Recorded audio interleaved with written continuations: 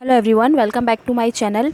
आज की इस क्लास में हम एमपीपीएससी 2025 को टारगेट करते हुए एमपीपीएससी के सिलेबस को डिटेल में देखेंगे।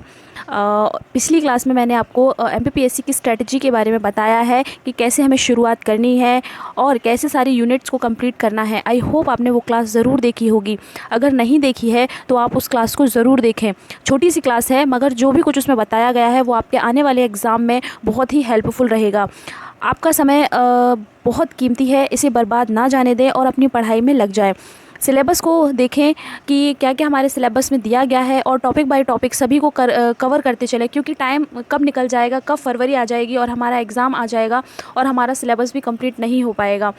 मैं आपको अपने इस चैनल पर एमपीपीएससी 2025 के सिलेबस के अकॉर्डिंग डेली एक टारगेट की क्लास भी अपलोड करूंगी। अगर आपको वो हेल्पफुल लगेगी तो मैं डेली ही एक टारगेट की क्लास लेकर आऊँगी, जिसमें आपको उस क्लास में अपनी तैयारी एक नए सिरे से आप शुरू कर सकते हैं। जैसे कि आपको डेली एक टारगेट दिया जाएगा, उसको आप टारगेट को जो सुबह टारगेट दिया जाएगा उसको आपको पूरे दिन में उस टारगेट को कंप्लीट करना है अपने टाइम मैनेजमेंट के हिसाब से। उसमें आपको बताया जाएगा कि कौन सा टॉपिक आपको पढ़ना है, क्या क्या आपको किस यूनिट्स को ज़्यादा टाइम देना है, किस यूनिट्स को हमें कम टाइम देना है, किस पर फोकस ज़्यादा करना है, वो सब आपको उस क्लास में बताया जाएगा। आज की इस क्लास में हम आपको एमपीपीएससी 2025 के सिलेबस को डिटेल में जानेंगे। जो भी न्यू स्टूडेंट हैं या पहली बार एग्ज़ाम देंगे एमपीपीएससी प्रीलिम्स का, उनके लिए क्लास बहुत ही इंपॉर्टेंट और बहुत ही हेल्पफुल रहेगी, क्योंकि हम बिल्कुल बेसिक बातें इस क्लास में बताएंगे। जैसे कि इसमें आपके 3 चरण होंगे। पहला चरण होगा आपका राज्य सेवा प्रारंभिक परीक्षा, जो कि आपको प्रीलिम्स देना होता है। फिर होती है आपकी मुख्य परीक्षा, जो कि लिखित और वर्णनात्मक होती है। एंड थर्ड होता है आपका इंटरव्यू, साक्षात्कार। इसमें जब आप प्रारंभिक परीक्षा देते हो तो उसमें आपके बहुविकल्पीय प्रश्न होते हैं। इसमें 2 प्रश्न पत्र होंगे। कितने होंगे? 2 प्रश्न पत्र होंगे, जिसमें प्रथम प्रश्न पत्र आपका सामान्य अध्ययन का होगा, जो कि 2 घंटे का होता है और 200 अंक का होता है। वहीं अगर हम द्वितीय प्रश्न पत्र की बात करें तो ये सामान्य अभिरुचि और परीक्षण का होता है। यह भी आपका 2 घंटे का होता है और 200 अंक का होता है। आगे हम बात करते हैं कि हमारा सिलेबस क्या क्या है। तो सिलेबस के अकॉर्डिंग हम देख लेते हैं। जो अभी हमारा एमपीपीएससी 2025 का सिलेबस है, वो आपका 2024 में ही हमारा सिलेबस ये चेंज हुआ था, तो अभी हमारा वही सिलेबस है। तो प्रथम प्रश्न पत्र देखते हैं सामान्य अध्ययन का क्या है। इसमें हमारा पहला यूनिट फर्स्ट है हमारी भारत का इतिहास। भारत के इतिहास में हमसे क्या क्या पूछा जाएगा। तो भारत के इतिहास में जो भी इतिहास से रिलेटेड फैक्ट है वो सारे यहाँ पर आपके दिए गए हैं। कौन कौन से टॉपिक हैं जो आपको पढ़ना है। तो प्राचीन भारतीय ज्ञान परंपरा, भारतवर्ष, वेद, उपनिषद, आरण्यक, ब्राह्मण ग्रंथ, षड दर्शन, स्मृतियाँ, रित सभा समिति, गणतंत्र, वर्णाश्रम, पुरुषार्थ, ऋण संस्कार, पंच महायज्ञ, यज्ञ, कर्म का सिद्धांत, बोधिसत्व और तीर्थंकर, ये सभी आपको पढ़ने हैं। ये टॉपिक बाय टॉपिक हमें दिए गए हैं, तो हमें इनको कंप्लीट करना है। नेक्स्ट है प्राचीन एवं मध्यकालीन भारत के इतिहास की प्रमुख विशेषताएं। जो भी प्राचीन भारत है और हमारा मध्यकालीन भारत है उसके इतिहास की प्रमुख विशेषताएं, घटनाएं, उनकी प्रशासनिक, सामाजिक और आर्थिक व्यवस्था। मतलब कि आपको प्राचीन भारतीय इतिहास और मध्यकालीन भारतीय इतिहास पूरा पढ़ना है। नेक्स्ट देखते हैं भारत की सांस्कृतिक विरासत। सांस्कृतिक विरासत में क्या आ जाता है आपका? तो कला, प्रारूप, साहित्य, पर्व एवं उत्सव, ये आपके सांस्कृतिक विरासत में आ जाएंगे कि भारत की कला के बारे में, साहित्य के बारे में, पर्व और उत्सव के बारे में, हमारे भारत में कौन कौन से पर्व हैं, कौन कौन से उत्सव, कहाँ पर कौन सा पर्व मनाया जाता है, ये आपको बेसिक जानकारी होना चाहिए। नेक्स्ट 19वीं और 20वीं शताब्दी में सामाजिक तथा धार्मिक सुधार आंदोलन। 19वीं और 20वीं शताब्दी में क्या क्या सुधार आंदोलन किए गए हैं समाज से रिलेटेड, और धार्मिक सुधार आंदोलन क्या क्या किए गए हैं, ये भी आपके बहुत ही इंपॉर्टेंट हो जाते हैं। हर बार क्वेश्चन यहाँ से पूछा जाता है, तो ये भी आप ध्यान रखिएगा। नेक्स्ट स्वतंत्रता संघर्ष एवं भारतीय राष्ट्रीय आंदोलन। हमारे भारत में कौन कौन से राष्ट्रीय आंदोलन किए गए वो, और स्वतंत्रता के पश्चात भारत का एकीकरण और पुनर्गठन, ये भी आपका यूनिट 1 में पूछा जाएगा। नेक्स्ट यूनिट देखते हैं यूनिट 2। तो यूनिट 2 हमारी एमपी से रिलेटेड है, जिसमें एमपी का इतिहास, संस्कृति और साहित्य के बारे में दिया गया है। यहीं से आपसे के क्वेश्चंस पूछे जाएंगे। तो पहली है हमारी मध्य प्रदेश के इतिहास की महत्वपूर्ण घटनाएं, प्रमुख राजवंश और स्वतंत्रता आंदोलन में मध्य प्रदेश का योगदान। यानी कि ये दोनों टॉपिक आपके मध्य प्रदेश की हिस्ट्री से रिलेटेड है। किससे रिलेटेड है? एमपी की हिस्ट्री से रिलेटेड हो जाएंगे। मध्य प्रदेश के इतिहास की महत्वपूर्ण घटनाएं और प्रमुख राजवंश। प्रमुख राजवंश से हर बार क्वेश्चन पूछा जाता है, जैसे चंदेल आपके एग्जाम पॉइंट ऑफ व्यू से बहुत ही इंपॉर्टेंट हो जाते हैं, क्योंकि हर बार चंदेल डायनेस्टी से क्वेश्चन आता है। परमार भी आपके एग्जाम पॉइंट ऑफ व्यू से बहुत इंपॉर्टेंट है। हर बार ये ऐसे टॉपिक हैं जिनसे क्वेश्चन पूछा ही जाता है। और एक है आपका कलचुरी। ये 3 राजवंश ऐसे से हैं, तो आपको इन तीनों को डिटेल में पढ़ना है। सब मैं आपको बताऊंगी कि आपको कौन कौन से टॉपिक कैसे कैसे कवर करना है। नेक्स्ट, स्वतंत्रता आंदोलन में मध्य प्रदेश का योगदान। तो स्वतंत्रता आंदोलन में मध्य प्रदेश का क्या योगदान रहा है वो आपको देखना है। नेक्स्ट, मध्य प्रदेश की कला एवं स्थापत्य कला, ये भी बहुत ही इंपॉर्टेंट हो जाता है। मध्य प्रदेश की कलाएं एग्जाम में पूछी जाती हैं। नेक्स्ट, और क्वेश्चन आता ही आता है। नेक्स्ट देखते हैं मध्य प्रदेश की प्रमुख जनजातियां एवं उनकी बोलियां। तो प्रमुख जनजातियां और बोलियां, ये आपका यूनिट 10 में भी दिया गया है। मध्य प्रदेश की प्रमुख जनजातियां और उनकी बोलियां। मध्य प्रदेश के प्रमुख त्यौहार, लोक संगीत, लोक कलाएं व लोक साहित्य, ये भी बहुत ही इंपॉर्टेंट है अपने आप में, क्योंकि यहाँ से भी क्वेश्चंस बनते ही हैं। सारे यूनिट्स में जो भी टॉपिक दिए गए हैं सबसे क्वेश्चंस पूछे जाते हैं। बस ये है कि हम किसी टॉपिक को पढ़ते हैं और किसी टॉपिक को हम स्किप कर देते हैं। आपको स्किप नहीं करना है। क्या नहीं करना? स्किप नहीं करना है। जो भी आपके सिलेबस में दिया गया है उसकी हमें कम से कम सामान्य जानकारी तो होना चाहिए। मतलब ऐसा नहीं है कि आपने यूनिट 10 है तो यूनिट 8 ही पढ़ी, 2 यूनिट आपने छोड़ दी। नहीं, हमें अगर 10 यूनिट दी गई है हमारे सिलेबस में तो हमें 10 की 10 कंप्लीट करना है, और 10 जो भी यूनिट दी गई हैं उनकी कम से कम सामान्य जानकारी और जो भी बेसिक कॉन्सेप्ट हैं वो हमारे क्लियर होना चाहिए। नेक्स्ट देखते हैं मध्य प्रदेश के प्रमुख साहित्यकार और उनकी कृतियाँ। यहाँ से भी क्वेश्चंस, हर बार क्वेश्चंस बनता है। साहित्यकार दे दिए जाते हैं, किसी की रचनाएं दे दी जाती हैं कि किसकी रचना है, ये किस साहित्यकार की कृति है, ऐसा भी पूछा जाता है। और पिछले प्रीवियस ईयर के एग्जाम अगर आप उठाकर देखेंगे तो आपको दिखेगा कि यहाँ से क्वेश्चंस बने हैं और पूछे भी गए हैं। मध्य प्रदेश के प्रमुख धार्मिक, सांस्कृतिक और पुरातात्विक पर्यटन स्थल कौन कौन से? तो धार्मिक, सांस्कृतिक और पुरातात्विक तीनों पर्यटन स्थल आपको देखना है। मध्य प्रदेश में विश्व धरोहर स्थल, तो मध्य प्रदेश में 3 ही विश्व धरोहर स्थल हैं। कौन कौन से हैं? खजुराहो, सांची और भीमबेटका की गुफाएं। खजुराहो आपका 1986 में विश्व विरासत स्थल में सूचीबद्ध किया गया।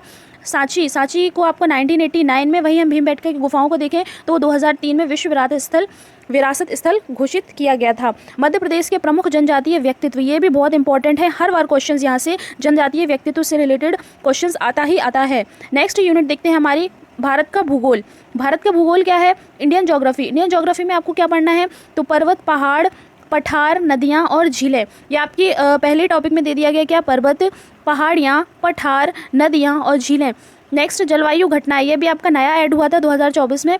अल नीनो, ला नीनो, दक्षिणी दोलन, पश्चिमी विक्षोभ और आपका क्या है? जलवायु परिवर्तन के परिणाम। क्या जलवायु परिवर्तन के परिणाम है वो सब आपको जलवायु घटनाओं में देखना है। नेक्स्ट, प्राकृतिक संसाधन। प्राकृतिक संसाधन में आपका वन, खनिज और जल संसाधन ये देखना है। प्रमुख फसलें, प्रमुख फसलों में क्या क्या पढ़ना है? तो खाद्य सुरक्षा, प्रमुख फसलें पढ़ना है, खाद्य सुरक्षा, हरित क्रांति और दूसरी हरित क्रांति की रणनीतियाँ। दूसरी हरित क्रांति की क्या पढ़ना है?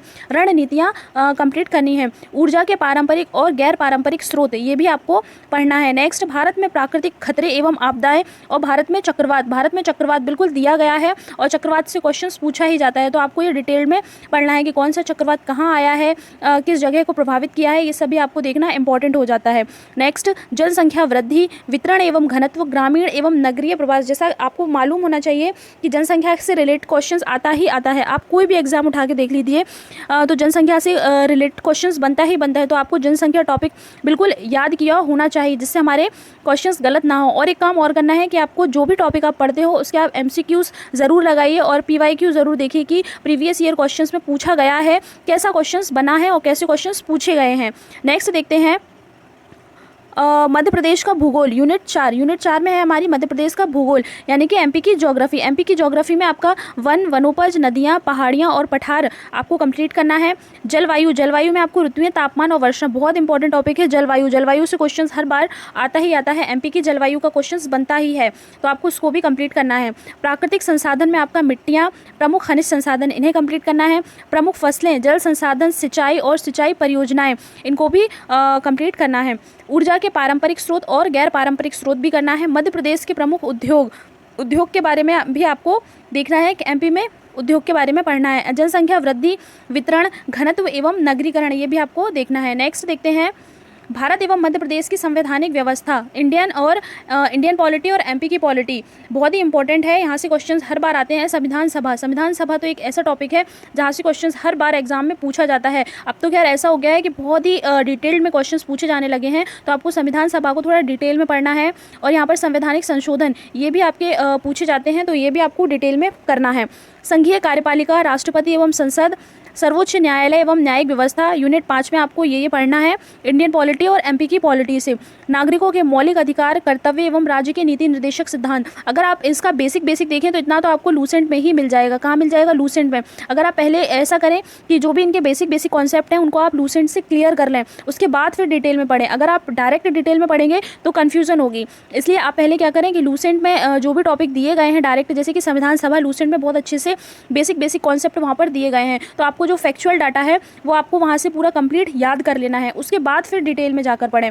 नेक्स्ट, राष्ट्रीय एवं प्रादेशिक संवैधानिक सांविधिक आयोग एवं संस्थाएं। मध्य प्रदेश की संवैधानिक व्यवस्था, मध्य प्रदेश की पॉलिटी में आपको संवैधानिक व्यवस्था में राज्यपाल देखना है। राज्यपाल अगर आप देखोगे तो यहाँ से डिटेल में क्वेश्चन आते हैं एमपी के राज्यपाल से कि कौन से राज्यपाल रहे हैं, इनमें से कौन से राज्यपाल नहीं रहे हैं, कार्यवाहक राज्यपाल कौन रहे हैं, ये सब आपको देखना है। मंत्रिमंडल, ये भी डिटेल में पढ़ना है। विधानसभा, यहाँ से भी क्वेश्चंस, कौन विधानसभा के अध्यक्ष रहे हैं, कौन विधानसभा के उपाध्यक्ष नहीं रहे हैं, तो सभी नाम याद करना इंपॉर्टेंट हो जाता है। और उच्च न्यायालय, मध्य प्रदेश के उच्च न्यायालय, मध्य प्रदेश में त्रिस्तरीय पंचायती राज एवं नगरीय प्रशासन व्यवस्था, मध्य प्रदेश की त्रिस्तरीय पंचायती राज और नगरीय प्रशासन व्यवस्था को भी कंप्लीट करना है। मध्य प्रदेश में सुशासन, यह भी 2024 में एक नया टॉपिक ऐड हुआ था, इसको भी आपको कंप्लीट करना है। नेक्स्ट, मध्य प्रदेश, भारत एवं मध्य प्रदेश की अर्थव्यवस्था, तो इंडियन इकोनॉमी और एमपी की इकोनॉमी देखते हैं, तो इसमें हमें भारतीय अर्थव्यवस्था में मध्य प्रदेश की वर्तमान स्थिति, मध्य प्रदेश की क्या क्या वर्तमान स्थिति रही है, जैसे कि बजट की बात करें तो मध्य प्रदेश का बजट क्या रहा है, आर्थिक सर्वेक्षण मध्य प्रदेश का कैसा रहा, वो सब आपको इसमें पढ़ना होगा। नेक्स्ट, मध्य प्रदेश की जनसंख्या व मानवीय संसाधनों का विकास, शिक्षा, स्वास्थ्य एवं कौशल, ये आपको इसमें पढ़ना है। मध्य प्रदेश में सतत विकास लक्ष्य में मध्य प्रदेशों की प्रगति, मध्य प्रदेश की प्रगति क्या रही है सतत विकास लक्ष्य में, वो आपको पढ़ना है, कंप्लीट करना है। मध्य प्रदेश में कृषि उद्योग, एमएसएमई एवं अधोसंरचना का विकास, यूनिट 6 में। आत्मनिर्भर मध्य प्रदेश, एक जिला एक उत्पाद, ये भी बहुत ही इंपॉर्टेंट है, अपने आप में क्वेश्चन आया था पिछली बार यहाँ से। नेक्स्ट, मध्य प्रदेश में बौद्धिक संपदा अधिकारों की प्रगति, भारतीय अर्थव्यवस्था की नवीन प्रवृत्तियाँ, कृषि उद्योग एवं सेवा क्षेत्र, ये तीनों आपको कंप्लीट करना है। वित्तीय संस्थाएं में आपको रिजर्व बैंक, बहुत ही इंपॉर्टेंट टॉपिक है, रिजर्व बैंक क्वेश्चंस आते ही आते हैं। वाणिज्यिक बैंक से भी गैर वित्तीय संस्थाएं आदि। भारत की विदेशी व्यापार नीतियाँ, G20, शार्क और आसियान, ये तो अपने आप में एक बहुत छोटे छोटे टॉपिक हैं, अगर आप चाहें तो इनको आप बेसिक कॉन्सेप्ट भी अगर आप क्लियर कर लेते हैं तो आपके क्वेश्चंस बन जाएंगे। नेक्स्ट देखते हैं यूनिट 7 में क्या है हमारा, तो यूनिट 7 में है विज्ञान, पर्यावरण एवं स्वास्थ्य। क्या दिया है यूनिट में, तो विज्ञान, पर्यावरण और स्वास्थ्य, जो सिलेबस में दिया है आपको वही पढ़ना है, इससे एक्स्ट्रा कुछ भी नहीं पढ़ना है, क्योंकि सिलेबस के अकॉर्डिंग ही सारा पेपर आता है और सिलेबस के बाहर कोई भी क्वेश्चन ऐसा नहीं है जो आपका ज़्यादा हो। तो मैं ये बोलूँगी कि आप सिलेबस को रखें और जो भी टॉपिक आपके सिलेबस में दिए गए हैं आप उन्हीं को प्रिपेयर करें। तो यूनिट 7 में क्या है हमारा, विज्ञान की शाखाओं का प्रारंभिक ज्ञान, क्या होना चाहिए हमें, विज्ञान की शाखाओं का प्रारंभिक ज्ञान होना चाहिए, उनको कंप्लीट करना है। भारत के प्रमुख वैज्ञानिक संस्थान और उनकी उपलब्धियां आपको देखनी है और पूरी कंप्लीट करनी है और उनको याद भी करनी है अच्छे से। उपग्रह एवं अंतरिक्ष प्रौद्योगिकी, अंतरिक्ष विज्ञान के क्षेत्र में भारत की उपलब्धियां क्या क्या रही हैं। मानव शरीर की संरचना के बारे में डिटेल में पढ़ना है, क्वेश्चंस आता ही है यहाँ से।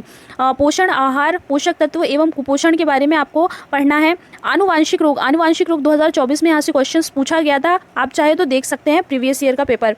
सिकल सेल एनीमिया, तो बहुत ही इंपॉर्टेंट है। आनुवांशिक रोग, कौन कौन से आनुवांशिक रोग होते हैं, उनके नाम और थोड़ा आपको डिटेल में भी जानना ज़रूरी है। सिकल सेल एनीमिया, इनके कारण, प्रभाव, निदान एवं कार्यक्रम, कौन कौन से कार्यक्रम इसके तहत चलाए जा रहे हैं, ये सभी आपके एग्जाम पॉइंट ऑफ व्यू से बहुत ही इंपॉर्टेंट रहने वाले हैं।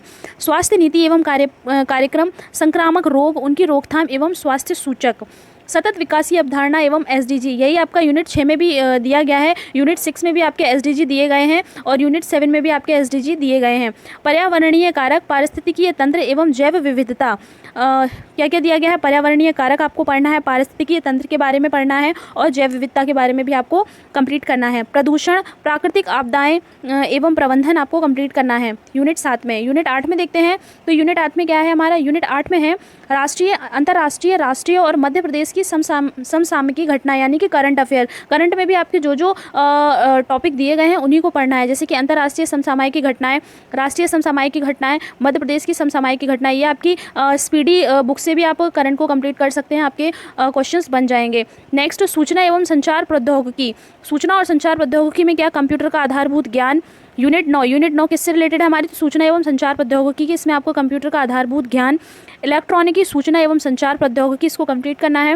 रोबोटिक्स, आर्टिफिशियल इंटेलिजेंस एवं साइबर सिक्योरिटी से भी कंप्लीट करना है। ई गवर्नेंस और internet the social networking platform और इंटरनेट एक ऐसा टॉपिक है जहाँ से क्वेश्चंस आते ही हैं, तो आप इसको भी कंप्लीट कर सकते हैं। छोटी सी यूनिट है और अगर आप कॉन्सेप्ट क्लियर रखते हैं तो आपके यहाँ से क्वेश्चंस गलत नहीं होंगे। नेक्स्ट देखते हैं मध्य प्रदेश की जनजातियाँ, विरासत, लोक संस्कृति एवं लोक साहित्य। तो मध्य प्रदेश की जनजातियाँ अपने आप में एक बहुत इंपॉर्टेंट टॉपिक है। अगर आप अच्छे से आपको याद है तो आपका क्वेश्चन यहाँ से गलत नहीं होगा।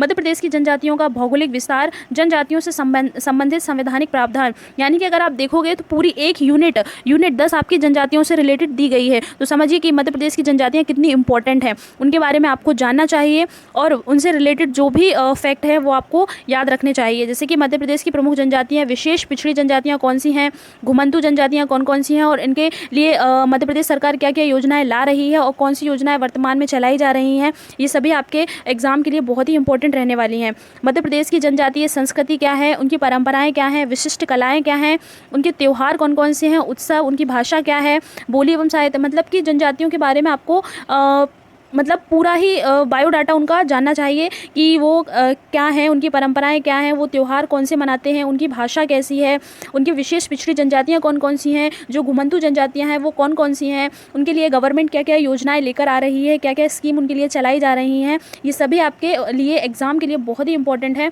और हमें जानना भी चाहिए कि हमारे मध्य प्रदेश की जनजातियाँ कैसी हैं, कैसे निवास कर रही हैं, कैसे रह रही हैं, सरकार उनके लिए क्या क्या कदम उठा रही है, तो ये भी हमारे लिए बहुत इंपॉर्टेंट हो जाता है। मध्य प्रदेश की जनजातियों का भारत के स्वतंत्रता आंदोलन में योगदान, अब जनजातियों ने भारत की स्वतंत्रता आंदोलन में क्या योगदान दिया है ये भी आपको जानना चाहिए। राज्य के प्रमुख जनजातीय व्यक्तित्व, जो भी मध्य प्रदेश राज्य के प्रमुख जनजातीय व्यक्तित्व हैं, चाहे वो साहित्यकार हों, चाहे वो चित्रकला से रिलेटेड हों, चाहे वो नृत्य से रिलेटेड हो, जनजातीय व्यक्तित्व सभी आपको याद रखना है, इंपॉर्टेंट हो जाता है। मध्य प्रदेश में जनजातियों से संबंधित प्रमुख संस्थान, इनके लिए कौन से प्रमुख संस्थान खोले गए हैं, कौन कौन से जनजातियों से रिलेटेड संग्रहालय हैं और कौन कौन से प्रकाशन है, ये सभी आपको याद रखना चाहिए। मध्य प्रदेश की लोक संस्कृति एवं लोक साहित्य, इनकी क्या, जनजातियों की क्या लोक संस्कृति है और क्या लोक साहित्य है, ये भी आपको याद रखना चाहिए। यानी कि यूनिट 10 आपकी पूरी जनजातियों से रिलेटेड है, इसको भी आप कंप्लीट करेंगे तो आपका स्कोर काफ़ी अच्छा होगा। ये मैंने आपको यूनिट 1 से लेके यूनिट 10 तक डिटेल में पूरे सिलेबस को डिकोड किया है। आई होप आपको ये सेशन पसंद आएगा। अगर आपको हमारा सेशन पसंद आए तो आप हमारे चैनल पर बने रहें और चैनल को लाइक सब्सक्राइब ज़रूर करें। आप हमारे टेलीग्राम चैनल से भी जुड़ सकते हैं, लिंक आपको डिस्क्रिप्शन बॉक्स में मिल जाएगा। तो मिलते हैं नेक्स्ट क्लास में, जहाँ पर मैं आपको डेली टारगेट बेसिस की क्लास प्रोवाइड कराऊँगी और मुझे लगता है कि वो क्लास आपके एग्ज़ाम पॉइंट ऑफ व्यू से बहुत ही हेल्पफुल रहने वाली है। तो आप हमारे चैनल पर जुड़ें और अपने दोस्तों को भी शेयर ज़रूर करें अगर आपको हमारा सेशन पसंद आता है। तो जय हिंद, जय भारत, मिलते हैं नेक्स्ट क्लास में। धन्यवाद।